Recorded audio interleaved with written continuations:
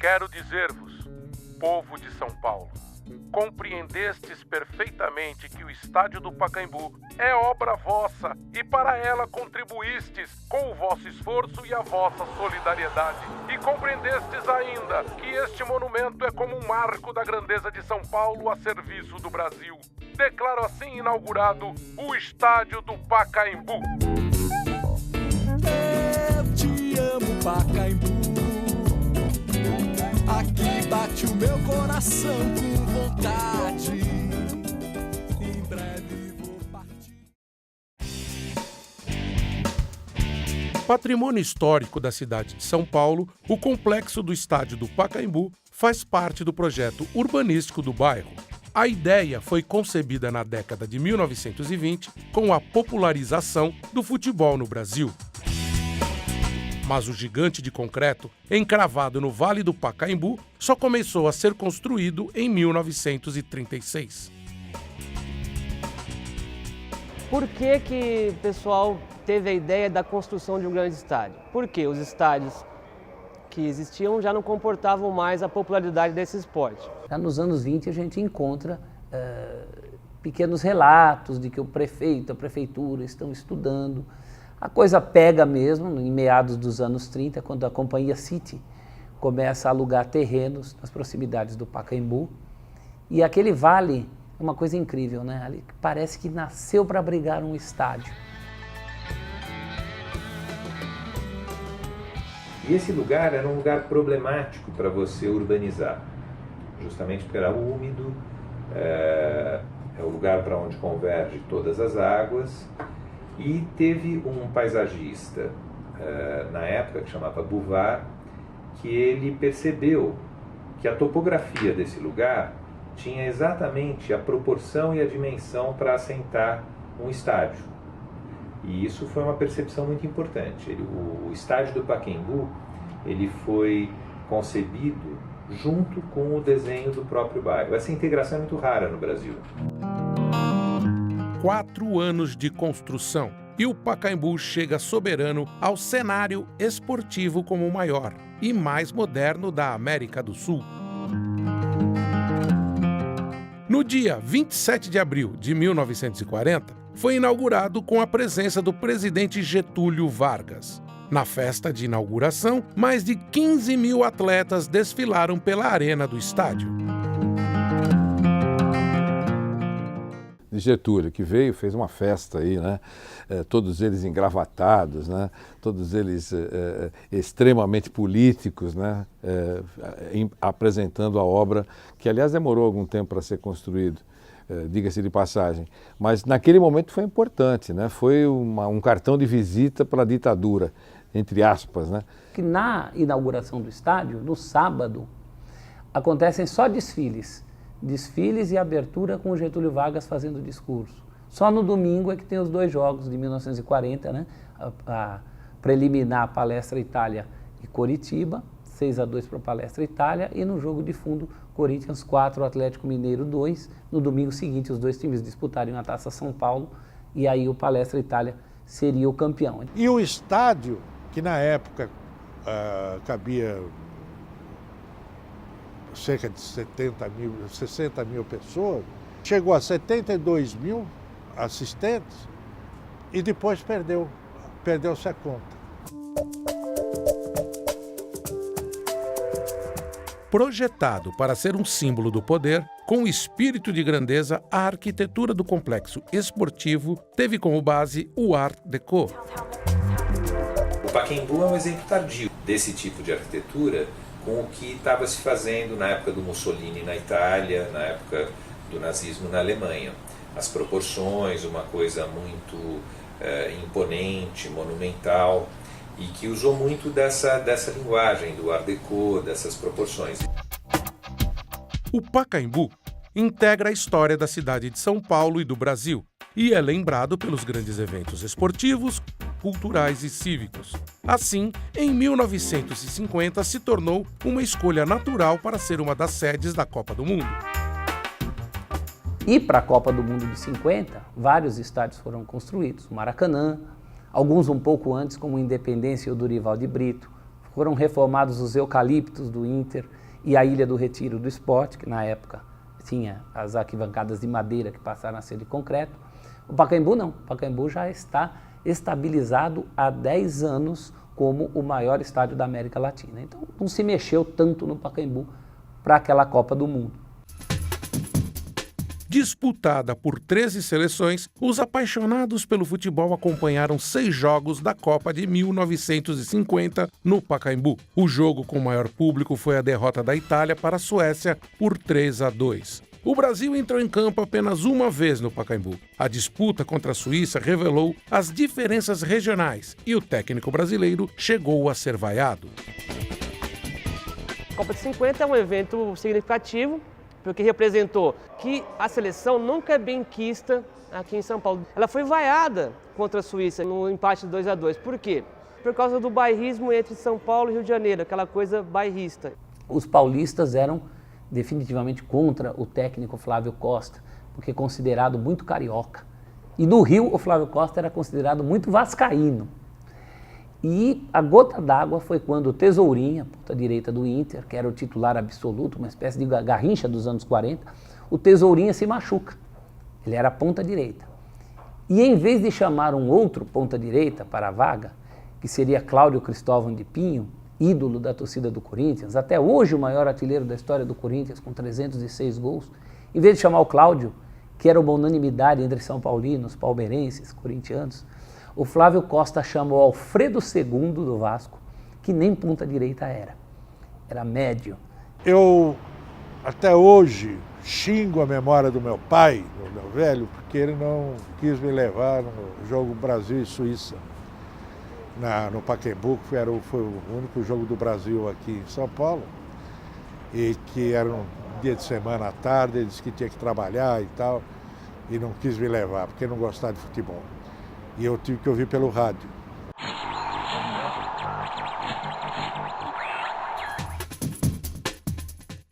Em 1954, a população acompanhou os jogos do 4º centenário da cidade de São Paulo. A final do Campeonato Paulista, disputada no dia 6 de fevereiro de 1955, valendo o título de 54, imortalizou o Corinthians como campeão paulista e do centenário.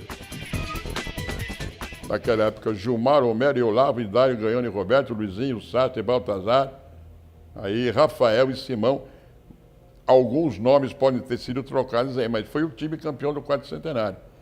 E para você ganhar um título de 4º centenário no Pacaembu, deve ter uma honra para um time como o do Corinthians, que merecidamente ganhou isso. O Corinthians até hoje enaltece isso. Quem frequenta o Museu do Corinthians vê o valor que o Corinthians dá para o Pacaembu. O Corinthians tem grandes histórias do Pacaembu, né? O 4º centenário foi muito badalado na época. E por isso o campeão paulista do ano do 4º centenário foi um título muito disputado por todos. Todos queriam ser campeões por 100 anos. Né? Tem até uma música de Alfredo Borba que homenageia, afinal, o Corinthians campeão com a frase: por 100 anos serás o campeão. Corinthians, Corinthians, por 100 anos serás o campeão. Em 1957, o Pacaembu vê desfilar, pela primeira vez no seu gramado, aquele que seria o maior atleta de todos os tempos. A realeza do futebol marcou época nos gramados do Estádio Municipal, com o esquadrão alvinegro do Santos Futebol Clube e o gênio Pelé, o maior artilheiro da história da Arena. O Santos fez grandes jogos no Pacaembu, venceu muitas partidas, como perdeu também. Mas eu acho que foi um palco que ajudou muito o Santos. Quando o Santos era mandante, jogava na Vila Belmiro.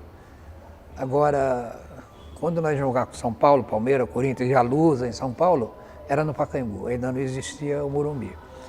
E o Pacaembu, do meu modo de ver, sempre foi muito importante para o futebol brasileiro, paulista e para o Santos Futebol Clube. O Santos conseguiu grandes resultados lá. Pelé e Pacaembu, tudo a ver, né? Pelé foi extraordinário, levou muita gente para o Pacaembu.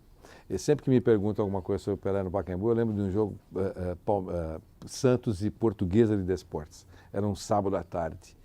e o Pelé fez um golaço, nunca mais eu esqueço. Fez da meia-lua, o gol de entrada do estádio Paulo Machado de Carvalho. Ele estava de costas para o gol, estava sendo marcado por um zagueiro da Portuguesa enorme, né? Atrás dele. Ele subiu, ameaçou no ar, ele ameaçou ir para um lado. Ele no ar mudou para o outro lado, virou e bateu muito forte, fez um golaço. Eu estava atrás do gol, nunca mais eu vou esquecer. Foi uma coisa maravilhosa. Bom, jogar contra o Santos de Pelé, né? Na verdade era muito difícil. Eu, inclusive, uma coisa assim meio estranha, não é gozada, mas eu vi um zagueiro nosso se machucar num jogo na concentração dormindo. Amanheceu machucado. Então, e não era uma coisa, não era uma mentira. Às vezes as pessoas dormiam tão preocupadas com o jogo e aconteceu mesmo. Então, era muito difícil, era complicado. O Pelé realmente era extraordinário, mas o Santos tinha um ataque também que era um espetáculo. Na época do Pelé, eu trabalhava como gandula. Jogava ele, Mengal, Dorval, Pelé, Pepe, Coutinho. Que o Pepe era o canhão da vila. Marcava gol do meio de campo. O chute dele era terrível. Tinha 11 craques. E um ó concurso, que era o Pelé. Que no mundo não vai aparecer outro Pelé. Quem viu o Pelé, viu. Eu vi o Pelé. Nos anos 60, o estádio é rebatizado e ganha o nome do Marechal da Vitória, Paulo Machado de Carvalho, que liderou o Brasil nas Copas de 1958 e 1962. Em 1963, o espírito pan-americano repousa sobre o estádio, que recebeu atletas de toda a América para a celebração do esporte. O Pan-Americano ele teve essa característica, foi uma grande festa, né? Uma grande festa do esporte, com aquelas figuras tradicionais do esporte brasileiro, né? Aquilo lotado todo dia de competições, né? Foi realmente muito bonito. Naquela edição dos Jogos Pan-Americanos, os atletas brasileiros que mais se destacaram foram Maria Esther Bueno, que conquistou o ouro no tênis, além de Jairzinho e Carlos Alberto Torres, que conquistaram o ouro no futebol. O Pacaembu durante muito tempo, agora não, porque tem o Museu do Futebol, mas havia um espaço lá com alojamentos para delegações de esportistas.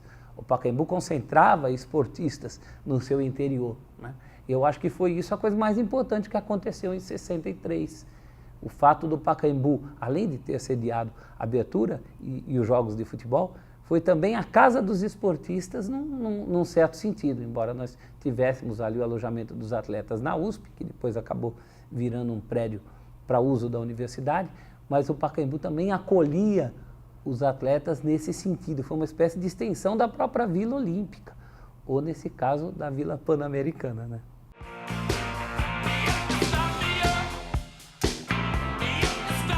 A história do Pacaembu, feita de heróis do esporte, também abrigou grandes eventos culturais. O Pacaembu não é só futebol, né? Dentro, fora do campo. E teve grandes jornadas culturais e musicais lá. Eu tive a oportunidade de participar e conviver com uma dessas, curtindo, que foi o Hollywood Rock. Apesar de eu gostar muito de futebol, eu vim um pouco ver jogo. Então, me remonta o Monsters of Rock, que aconteceu em 93, 94, 95, que eu vim assistir.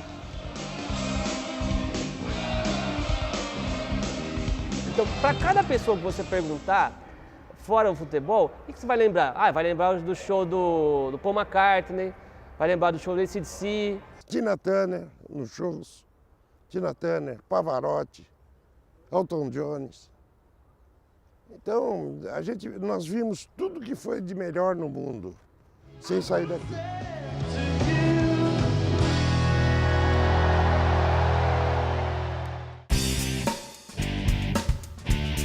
Símbolo da paisagem do bairro e considerado um dos cartões postais da cidade de São Paulo, em 1998 o Pacaembu foi tombado pelo patrimônio histórico do município.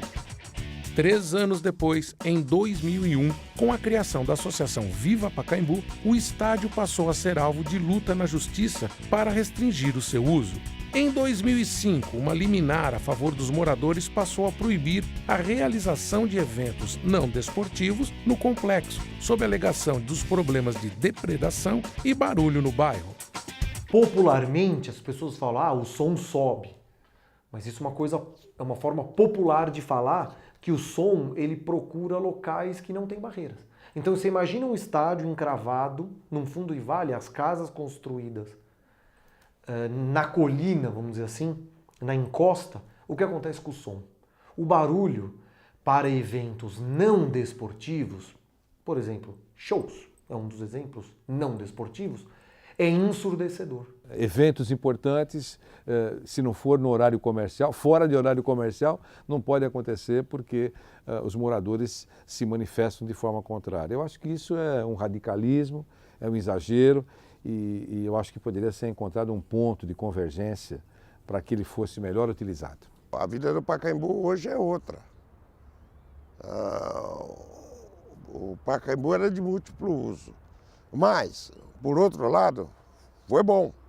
Por quê? Porque preservou o gramado, o atleta, hoje ele respeita o gramado do Pacaembu, o estádio do Pacaembu, não tem um desgaste tão grande, porque o show judia muito do gramado, judia muito do estádio. Desde que foi inaugurado em 1940, o Pacaembu passou por várias reformas, mas a estrutura e fachada imponentes foram mantidas. Com o fim dos grandes eventos culturais, em 2008, o Pacaembu viu ser inaugurado em suas dependências o Museu do Futebol, o primeiro dedicado à memória desse esporte em todo o Brasil. Bom, eu vou lhe contar um segredo. A ideia do Museu do Futebol foi minha. Uma ocasião, no Diário de São Paulo, eu costumava fazer 2 páginas centrais no domingo. A gente convidava algumas celebridades, né? E um dos jogos era São Paulo e Palmeiras, eu convidei o Serra, que era pré-candidato a prefeito de São Paulo, que é um palmeirense doente. Tá? E ali nós ficamos batendo um longo papo, não sei o que e tal, e eu sugeri para ele, você é eleito prefeito, por que você não cria o Museu do Futebol? A ideia original era um Museu do Futebol de São Paulo. Ele montou, o Serra fez o Museu do Futebol e se associou à Fundação Alberto Marinho, que deu um tom mais nacional ao museu, o que ficou legal. Eu acho um primor aquilo, porque o futebol, ele se nutre dessa mitologia, né, das lendas, das histórias, dos mitos, dos ídolos.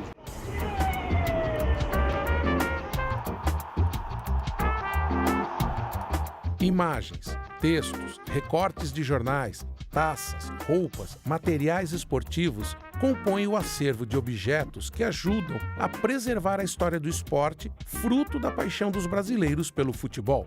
Construído embaixo das arquibancadas, com verbas do governo estadual, municipal e da iniciativa privada, o local tornou-se ponto turístico e recebe a cada ano mais de 300 mil visitantes. O museu ele tem uma linha muito interessante, você tem um percurso, né? A arquitetura foi muito importante nesse sentido de criar num edifício que tinha muitas limitações, né? O espaço que fica entre a arquibancada e o chão ali, ele é muito limitado, mas o museu inverteu o sentido de fluxo, que era da praça para a arquibancada, girou 90 graus essa maneira de você circular pelo edifício. Então você tem um fluxo contínuo e você vai passando. E o que eu acho que é mais interessante na experiência do museu é você juntar cultura popular, cultura erudita, colocar o futebol no mesmo plano das outras artes. Hoje, com o museu, né, eu acho que o museu ele deu uma revigorada, revitalizada nessa questão do Pacaembu, porque o museu ele recebe muita gente de fora.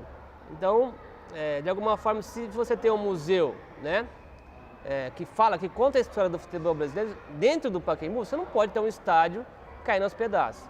Melhorou no aspecto da convivência das pessoas para conhecerem ainda mais o Pacaembu, através do turismo, né? Das atividades de lazer e recreação, que muitas escolas acabam indo visitar o museu e automaticamente acabam conhecendo o estádio. Melhorou muito. Quem ganha é a cidade, quem ganha é a população, as pessoas que não têm a oportunidade de conhecer um complexo tão bonito e um museu tão completo como é o Museu do Futebol. O estádio municipal ficou algum tempo afastado de grandes decisões do futebol. Mas em 2011, essa história mudou com a final da Libertadores entre Santos e Peñarol do Uruguai. Com o Pacaembu lotado, o Brasil comemorou com o alvinegro praiano o título de campeão da América. Campeão absoluto deste ano. Eu tive uma grande alegria, né? Santos Peñarol em 2011, eu fui ao Pacaembu, fiz terceiro tempo pela rádio lá. E realmente grandes santistas ali, alguns escondidos, né? Santista enrustido que não gosta que fala, mas ali na hora todo mundo se emocionou. Fábio Rocco Sormani, um grande santista que não gosta que fala. Lélio Márcio Teixeira, Marcelo Tais, pô, que juntou de Antônio Viviani, e a gente começou, pô, como é que o futebol transtorna? Tá, o Santos estava ganhando, mas no final do jogo o Durval fez um gol contra, aí uns jornalistas uruguaios começaram a pular, a gente queria brigar com os caras, quer dizer, brigar não no tapa, mas começamos a xingar os caras, olha pra você ver que absurdo. Mas a primeira vez que eu vi o Santos campeão no campo foi exatamente esse jogo Santos Peñarol, ganhou a Libertadores da América. Foi algo assim inacreditável, né? Foi um momento que eu esperei a vida inteira, né? Foi a maior glória, o maior título que eu já vi do Santos. Então não tem jeito, esse jogo foi especial demais. Foi o que mais me marcou e eu acho que para muitos santistas também. É aquela coisa, um estádio que viveu muitas emoções no passado e ficou um tempo sem recebê-las, e depois conhece essas coisas, eles se sentem em casa.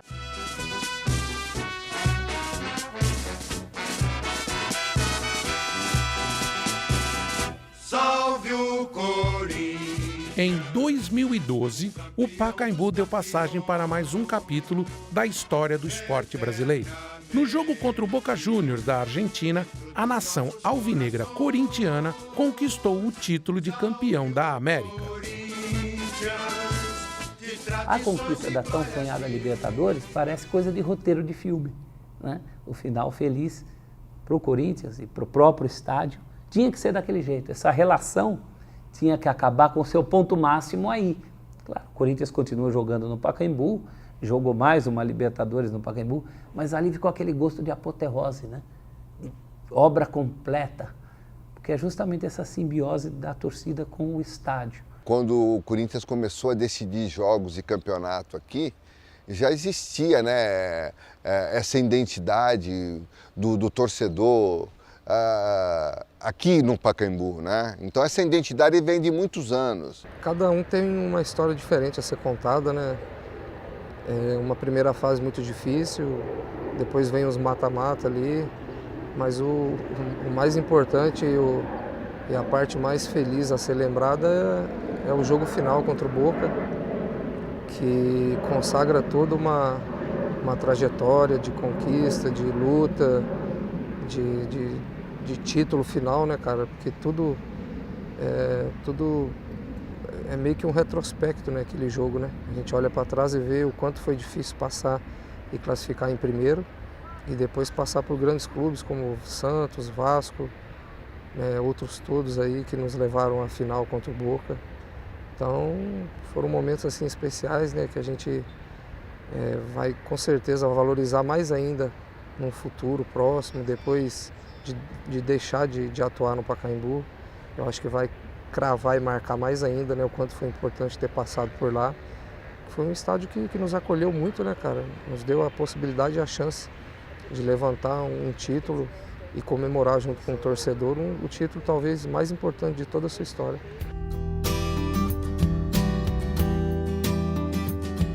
O Pacaembu vive um momento de incerteza. Em 2014, Corinthians e Palmeiras inaugurarão suas novas arenas. Somando isso ao São Paulo, que tem o Morumbi, e o Santos, a Vila Belmiro, o estádio municipal tem seu futuro indefinido. O que nós estamos planejando é o futuro do Pacaembu. A nossa preocupação não foi definir um modelo, trazer algum modelo pré-estabelecido, mas sim estudar quais eram as opções que estavam no mercado, falando inclusive com algumas empresas, alguém que tem experiência já nesse tipo de gestão, e desenvolvemos um modelo, apresentamos ao prefeito justamente com essa preocupação de hoje para o futuro, o que nós queremos para o Pacaembu. Na verdade, o Pacaembu ele é um próprio tombado, então ele não pode ter a sua configuração alterada. Quem assumir o Pacaembu, seja a gestão, seja a administração, tem que considerar isso, inclusive no seu plano de negócio, e considerando essa questão de não poder fazer nenhuma alteração, basear o seu plano, inclusive, de modernização do Pacaembu com essa realidade. São Paulo tem uma chancela, um carimbo, São Paulo, capital brasileira do esportes. Eu acho que, aonde está o Pacaembu, eu torço para o Pacaembu ter um caminho para virar um complexo poliesportivo. E um caminho poliesportivo com uma revitalização. Você viu já o que aconteceu na Alemanha, você viu o que aconteceu na Inglaterra. Você pode, aqui nós temos o tombamento, eu tenho certeza que os órgãos, com o Presp, com o DEFA, estará muito disposto a conversar, preservar realmente o próprio municipal que é tombado, a sua casa, mas isso não vai inviabilizar de ter uma revitalização e adaptar isso aqui realmente a poder atender no complexo poliesportivo, sem matar a história do estádio. Como sou paulistano, realmente eu vejo o Pacaembu na história da cidade de São Paulo. Mas eu acho que isso tem que ter um limite na preservação do Pacaembu. Com essas arenas novas, né, o Estádio Novo do Corinthians, a Arena do Palmeiras, o projeto de reforma do São Paulo e um possível estádio do Santos em Diadema, ou a reforma da Vila Belmiro, o que a gente vai ter? Nós vamos ter um elefante branco na cidade. O Corinthians vai embora, Palmeiras tem o campo dele, São Paulo tem o seu estádio, o Santos eventualmente pode fazer um jogo lá no Pacaembu, dizem que pode até abraçar o estádio, mas não para jogar todos os jogos lá. E aí, o que você vai fazer com o Pacaembu? Tem que receber shows, eu acho importante, desde que seja um calendário racional, né? E que respeite algumas regras. Eu até aceito isso, acho que deve ser assim. Mas não pode nada, tudo é bloqueado no Pacaembu, não pode fazer nada. Você quer colocar banheiro químico no estádio Paulo Machado de Carvalho, é uma coisa ridícula, né? Não pode construir uma área nova de sanitários porque não se pode tirar um tijolo de lá. Um estádio que está gravado na memória do paulistano, né? Está gravado na memória do paulistano. Então eu acho que ele vai ficar... Vai ser um eterno Pacaembu. Ali vai ter sempre eventos, sempre jogos, sempre vai ter alguma coisa no Pacaembu. Ele não vai ficar esquecido, não. Acho que o Pacaembu faz parte da história do futebol brasileiro, do futebol paulista principalmente, e tem que ter o seu lugarzinho sempre. Nem que seja muito menos usado, porque existem agora muitos clubes com seu estádio próprio e que usam esse estádio, logicamente, para ter muito mais o calor da torcida e menos despesas, né? Mas o Pacaembu vai ser sempre a coqueluche, vai ser sempre aquele estádio onde o jogador se sente bem. Então, quando vem um time do exterior jogar aqui, ele sabe que existe o Pacaembu. Então, não existe essa possibilidade do Pacaembu acabar. Aqui eu dei demais. Ao longo de seus mais de 70 anos, o Pacaembu deixou sua marca na história do esporte e da cidade de São Paulo, tendo para cada cidadão um significado diferente. Eu vou sentir saudade. O Pacaembu, se não fosse estádio, seria bola. Um pedaço da história do futebol brasileiro. Faz parte da história da cidade de São Paulo. Fascinante, atraente, pura energia. Romântico, histórico, maravilhoso, ungido pela vontade de Deus. O Pacaembu é minha casa. Um palco fabuloso. Era gostoso jogar no Pacaembu. Faria questão de agradecer por ter tido a possibilidade de um dia pisar no Pacaembu. Para mim, o Pacaembu é o palco das emoções. Te agradecer de verdade.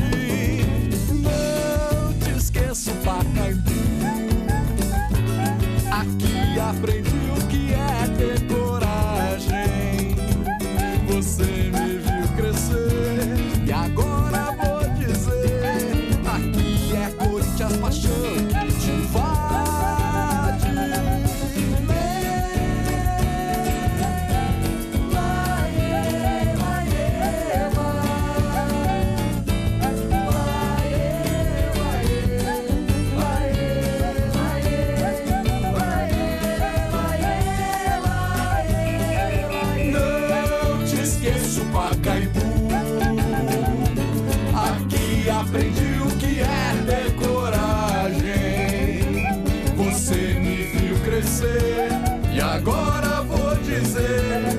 Aqui é Corinthians paixão que te vai.